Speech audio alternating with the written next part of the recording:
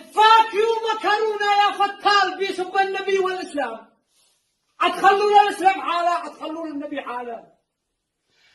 رسالة إلى العالم: مقاطعة المنتجات الفرنسية إن وجدت في اليمن نقاطعها. هي ما بس يعني العالم، السعودية، الإمارات، الكويت قاطعت المنتجات وأحرقت تحية للكويت.